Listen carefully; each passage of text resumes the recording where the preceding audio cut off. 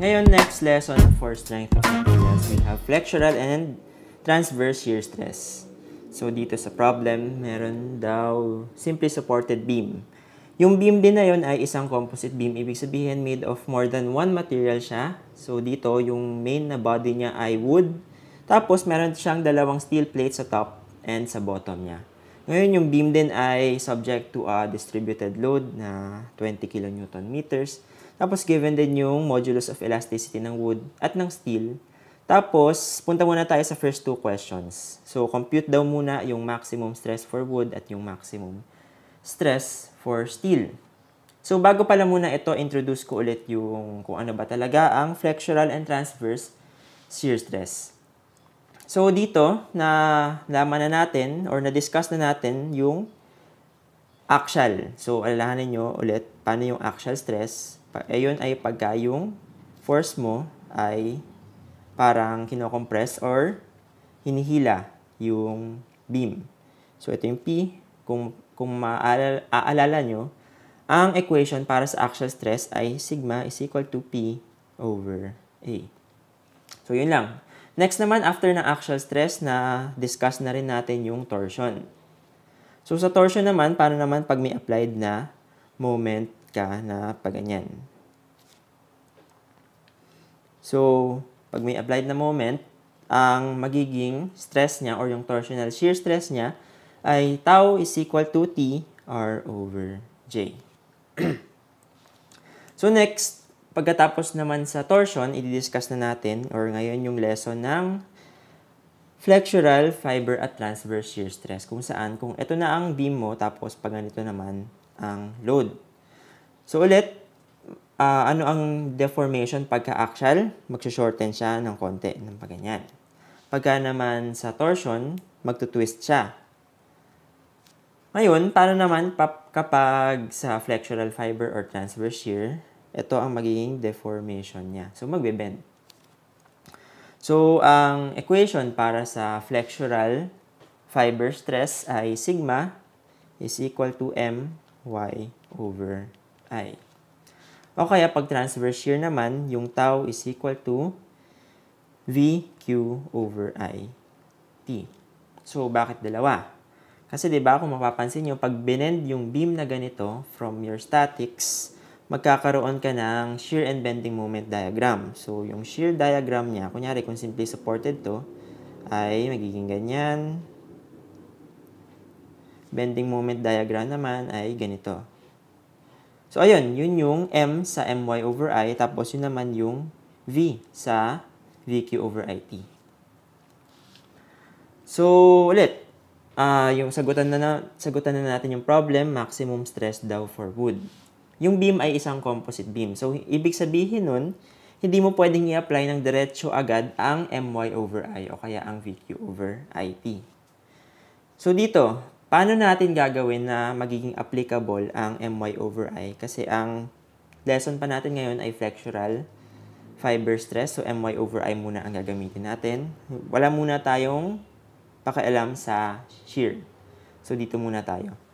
So, paano natin magagawa na my over I applicable dito sa beam na to? Gagawin natin, ita-transform natin yung beam gamit yung modulus of elasticity. So, ganito na lang, para ma-imagine nyo. Meron kang wood.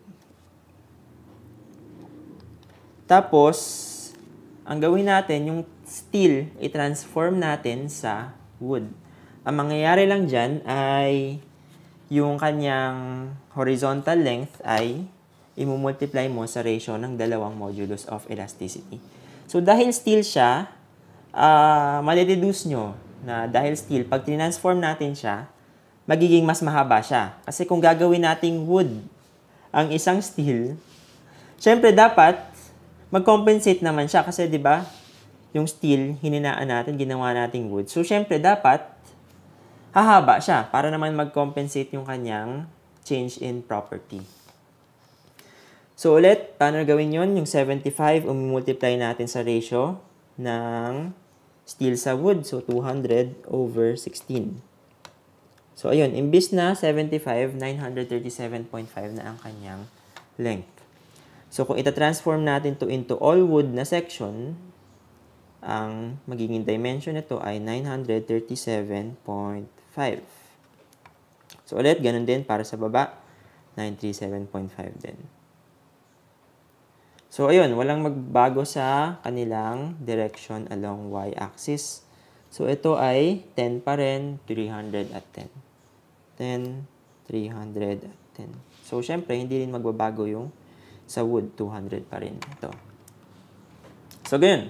After na natin matransform yung isang composite beam, or tama, yung isang composite beam into this uniform na beam, gagawin na natin, pwede na natin i-apply yung my over I. So, ang gagawin dyan, my over I lang, maximum stress daw for wood. So, sa maximum stress for wood, dito pa rin yun kasi alalahanin nyo na kahit natin transform natin into wood, in reality, steel pa rin siya. So, maximum stress of wood, ito yun. So, bakit nandito? Bakit nasa outermost fiber? Kasi, kunyari, drawing natin, ito ang neutral axis, di ba, ng beam. Neutral axis, ang ibig sabihin nun, ay wala siyang stress. Ang maximum stress, palagi, ay yung pinaka-outermost fiber. Kasi, kunyari, tingnan natin yung beam na to. Cross-section ng beam,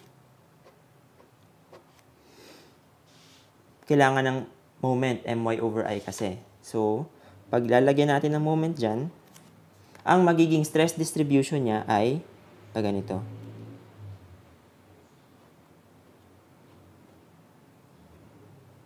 Yan, okay? Na-imagine nyo ba? Ibig sabihin, dito, yung pinakamalakas na tension force. Dito naman, yung pinakamalakas na compression force. Tapos, sa gitna nila, yun yung neutral axis, yun yung may zero stress. So, ulit, ang maximum stress sa wood ay nag-o-occur dito sa outermost fiber ng wood. Pwede rin naman dito, tension. Tension lang nga naman yung ano. So, sign lang yung mag-iiba. So, ulit, gawin natin yung my over I na equation dyan. Moment, yung m. Paano kunin yung moment? So, ang gagawin lang is, alalahanin nyo yung lesson nyo from statics, shear and bending diagram lang. So, ulit, paano to gawa ng shear and bending diagram? So, distributed load, simply supported, simple lang naman yan. Gagawin lang, drawing ulit yung beam. Yan. Tapos, compute yung reaction. So, syempre, ito ay 20 ulit. Tapos, ito ay 5. Compute yung kanyang reactions. So, para makuha yung reaction dito, 20 times 5 over 2, 50. So, ayun, 50 ang reaction niya sa left side. Pero dahil nga symmetric siya, 50 din yung reaction niya sa right side. So, ito ay 50. Ito ay 50. So, yun. Pwede nating madrawing yung shear diagram niya. 50 muna. Tapos, kukonting bababa siya hanggang maging negative 50 ulit dito. So, next, gawin naman natin yung moment diagram. Parabolic yung moment diagram. Paganyan. So, ayun, 50 times 2.5 over 2. Kasi area lang ng triangle. So, 0.5, 50, at 2.5. Magiging maximum value niya ay 62.5. So, ayun. Kuha na natin yung moment diagram, 62.5 yung maximum value. Yun na rin yung gagamitin natin sa M. Ito na rin yung gagamitin natin na M kasi ang tinatanong nga ay yung maximum stress for wood. So, maximum, i-maximize na rin natin yung moment. So, yung M mo ay 62.5 times 10 to the 6 kasi kilonewton meters, gagawin nating Newton millimeters. Yung Y, next naman, next part of the equation, Y. Ano ang Y? Yun ang distance ng point na gusto natin kunin from the neutral axis. So, dito, 300 siya. Kalahatiin mo yung 300. Yun ay 150. Ito yung length na yun. So, 150 yan. Over I. So, paano natin kukunin yung moment of inertia nito? So, pwede nyong gawin, magtatlong rectangles kayo, tapos BH cube over 12 lang. Pero, mas madali na gawin natin is that mag-minus tayo ng mag-minus tayo ng rectangle. So, paano yun? Consider nyo muna na buong triangle ito. Or buong rectangle pala itong shape na to. So, ano ulit ang equation ng moment of inertia ng isang rectangle? It's BH cube over 12. So, ang base mo ay 937.5 dahil dito. H mo, 320. Kung i-combine mo na lahat, 320 yan. BH cube over 12. Ngayon, yung buong yan ay ima-minus natin sa void niya. Ito ang void. So, ulit, BH cube over 12 pa rin. Ano ang B niya? Yung B niya ay yung void lang, yung total na base ng void, which is 937.5 minus 200. H mo ay 300, kasi ito lang naman yung height ng void. Cube over 12. So, ayun, ito ang ating moment of inertia, 900,625,000. Store na lang natin yan sa A. So, ayun. Yun ang maximum stress for wood. So, solve na natin. 62.5 times 10 to the 6, 150, at over A. My over I lang yan. Makukuha natin ay 10.41 megapascals. So, stress ay equal sa 10.41 megapascals. So, next, sabi daw, maximum stress for steel. So, ang gagawin lang, imbis na nandito tayo, dahil nga steel na ang kinoconsider natin, dito naman natin o yung outermost fiber ng steel. So, dito yan. So, moment, same pa rin, kasi hindi naman nagbabago, 62.5 times 10 to the 6, dahil yan, depende lang naman yan sa loading, ang loading natin, hindi naman nagbago. Yung Y natin ay magbabago kasi, imbis na 150, ito na ngayon ay magiging 160, kasi nandito na siya. Ito na ang bagong Y natin, kasi steel na ang ating kinoconsider. So, ulit, My over I. Yung I din naman, hindi rin siya magbabago kasi ito pa rin naman yung beam natin. 160 na. Kaso, dahil nga steel na siya, di ba ang steel ay transformed? Transformed na tong section na to. Ibig sabihin, dapat yung stress natin, ita-transform din natin. So, paano natin gagawin yun? So, dahil nga lang steel siya, i-multiply natin, meron tayong multiplier sa kanyang stress. Times yung ratio ulit ng steel sa wood, times 200 over 16. So, ayun, ang makukuha natin ay 138.79 megapascals.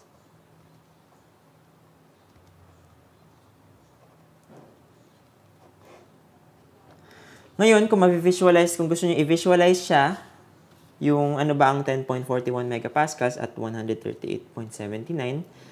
So, consider nyo ulit yung beam na to.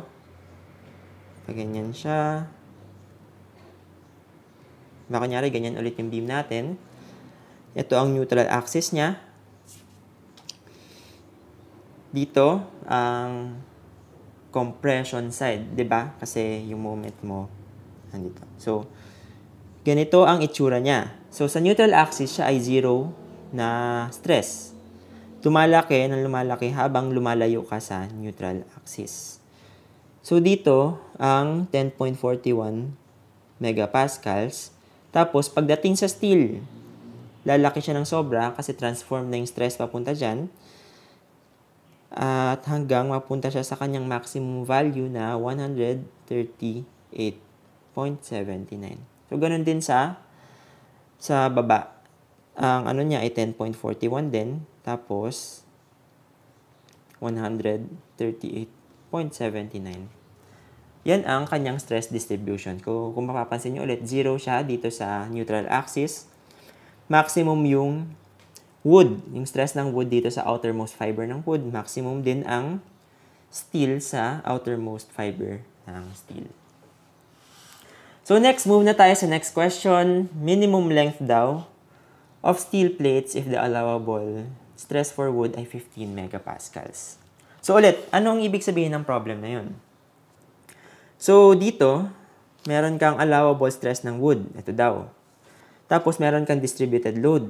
Paano kung hindi nakayanin ng wood ang distributed load na to? Paano kung more than 15 megapascals na ang stress na na-experience niya dahil sa 20 kilonewton per meter na load na to? Doon mo na lalagyan ng steel. So, yung steel plate, nasa taas at nasa baba, yun ang nagpapatulong sa wood para naman kayanin niya ang distributed load na to para hindi siya mag-exceed ng 15 megapascals. So, ulit, gagawin natin sa question na yan, titingnan natin ano ba ang pinaka-malakas na kaya ng wood. Ano ang pinaka-malakas na stress na na-experience ng wood dahil dito sa distributed load na to. So, ulit, ang gagawin natin, consider natin yung beam na wood lang. Try natin imagine na wood lang yung buong beam. Para makita natin kung ano ba ang pinaka-maximum na na-experience niya. So, ito ang cross-section ng wood beam. Ito ay 200, ito ay 300. So, ulit, sabi dito, sigma allowable for wood ay 15 megapascals. Yun ang ilalagay natin sa my over I. So, sigma is equal to my over I. So, ang sigma mo, 15 megapascals is equal to m. Yun yung tinitingnan, yun yung hinahanap natin na moment. Y na 150. Bakit 150? Dahil dito, neutral axis, outermost fiber, 150. Over I. I ng isang rectangular na shape ay BH cube over 12. So, B H cube over 12. Shift solve para makuha natin yung moment. Ang moment daw ay 45 kilonewton meters. So, ano ibig sabihin nun? Kapag dinowing natin ang bending moment diagram niya, ito naman pa rin yun. Diba, ito pa rin ang bending moment diagram kasi ang bending moment diagram depende lang siya sa loading. So, kahit wood siya o kahit may steel siya na reinforcement, ito pa rin ang bending moment niya. So, mapapansin nyo, maximum moment na na-experience ng wood ay 62.5 kilonewton meters. Pero ang kaya lang ng beam natin kapag wood lang ay 45 kilonewton meters. So, nasan yun? Nandito lang siya. Nari, ito lang yung 45, ito yung 45. So, ayun. Ibig sabihin, from this length hanggang dito, this hanggang dito, kaya pa siya ng wood. Pero sa length na to, magbe-break na yung wood kasi hindi niya na nakaya ang more than 45 megapascals na strength. So, dun na kakailanganin ng steel. Dun na tayo maglalagay ng steel plates sa length na to. Kaya kung papansin nyo, yung steel plates naman, hindi naman siya along the buong length ng wood. So, meron siyang piling length lang para makatipid na din. So, ayun. Ang gagawin lang natin, compute lang natin ano ba ang length na to. By geometry, kaya yan i-compute. By technique sa cycle natin, pwede rin natin ma-determine yun. So, punta lang kayo sa menu, punta kayo sa 6 o kaya yung statistics. Dahil nga parabolic yung ating moment diagram, 3, number 3 yan. Parabola. So, doon, ang gagawin lang natin, ipa-plug in natin yung mga points na alam na natin yung x at y coordinate. So, 0, 2.55, dahil ito, yung kanyang dulo, yung kanyang midspan, tsaka yung other na dulo. Sa 0, ang kanyang moment ay 0. Sa gitna, ang kanyang moment ay 62.5 at 0 din dito sa dulo. So, ulit, AC. Then, option, regression. X hat. So, anong ginagawa ng x hat sa isang cycle? Yung x hat, yun yung nagbibigay ng corresponding x coordinate given ka ng y na coordinate. So, dahil nga alam na natin kung ano yung y na coordinate na hinahanap natin, yun ng 45, yung x hat, ang ginagawa nun ay binibigay niya ano ba ang corresponding x coordinate niya. So, ito yung x hat, x1 hat. x2 hat naman, ito yun. Kung ano yung corresponding na x coordinate nito. So, ito pala ang x2 hat. So, yun, x1 hat para dito, kung magsa-start ka dito, x2 hat para naman dito kasi nga dalawa ang 45 natin. Kaya may x1 hat, x2 hat. Pero dahil parehas lang naman, x1 hat, ito yung x2 hat, symmetrical lang naman siya, x1 hat lang ang kailangan nating i-compute. So, 45, x1 hat, 1.77. Ibig sabihin, sa buong length ng beam na to, ang length na ito ay 1.77. Pero di ba ang kinocompute ay ito? Ano daw ang length nito? So, malalaman mo yan, makocompute mo yan by subtraction lang. So, ang buong length ng beam ay 5 minus 2 answer. Kasi 'di ba ito 'yon, 5 ang buong length ng beam minus dalawang lengths na hindi naman kailangan ng steel reinforcement. So equal yan sa 2.65 meters or 2.646 meters. So ayun, ganun lang mag-solve ng flexural fiber stress. So next, after flexural fiber stress, ito na ang transverse shear stress. So sa problem daw, simply supported beam, dalawang loads, rectangular at triangular. Given din yung cross-section ng section 2-2, ito yon. Tapos points A, B, and C. Determine daw natin yung shear stress at points A, B na nasa web at C. So, transverse shear stress. Diba, kung maalala nyo, ang flexural fiber stress ay may equation na my over I. Dito naman sa transverse shear stress, ang equation natin ngayon ay VQ over I T. Kaya sa ibang books, ito ay B, o kaya boy. VQ over IB. Isa lang naman ang ibig sabihin yan. Ito ang thickness. So, ito na. Ang hindi pa tayo familiar din sa Q. Ang Q ay yung area moment. Discuss ko to mamaya. So, ang V ay, alam na natin dapat, yun ang shear sa point na yun. Yung I naman, yun yung moment of inertia ng cross-section. So, dito sa beam na to, ang kailangan natin, di ba, ang kailangan natin mahanap muna ay yung V o yung shear. Kung maalala nyo ulit sa flexural fiber, stress ang kinonsider natin ay yung bending moment diagram para makuha yung moment. Di ba moment kasi my over I. Dito naman, ang gagawin natin, kukunin natin yung shear diagram. Kasi nga, ito ang shear, ito yung V sa equation. Yun yung shear. So ulit, paano kunin ang shear diagram?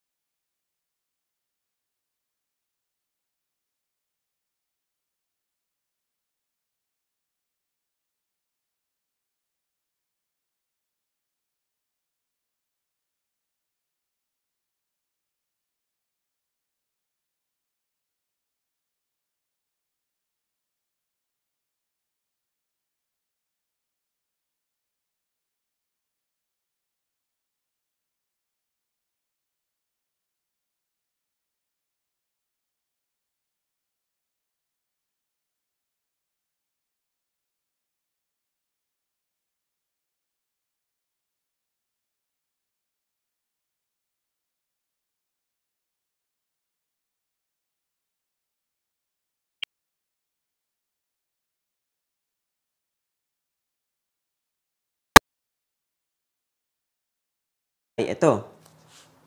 428.56. Yung Q ng A ay 0. So, ibig sabihin, ang shear stress sa point A ay 0 PSI. So, ganun. Kasi 0 siya dahil nga yung Q mo ay 0. Ibig sabihin, kung kahit anong i-multiply mo sa 0, 0. 0 na rin yung shear stress ng A. Sa point B naman, so ulit, VQ over IT lang. Yung VI, 428.56. Q mo ay, ito yun, 10.125 over I na in-store natin sa A, kung naalala nyo, times yung thickness, which is 0.5. So ulit, ang makukuha natin ay 111.8 PSI. So susunod dyan, ang gagawin natin, point C naman. So yun lang, pa-plug in lang natin kung ano bang mga na-compute natin. So V, hindi naman magbabago yan. Yung I, hindi rin magbabago. Yung thickness, 0.5 din. Ang magbabago lang ay yung, ito, yung Q. Imbes na 10.125, 12.375 na. 136.64 PSI.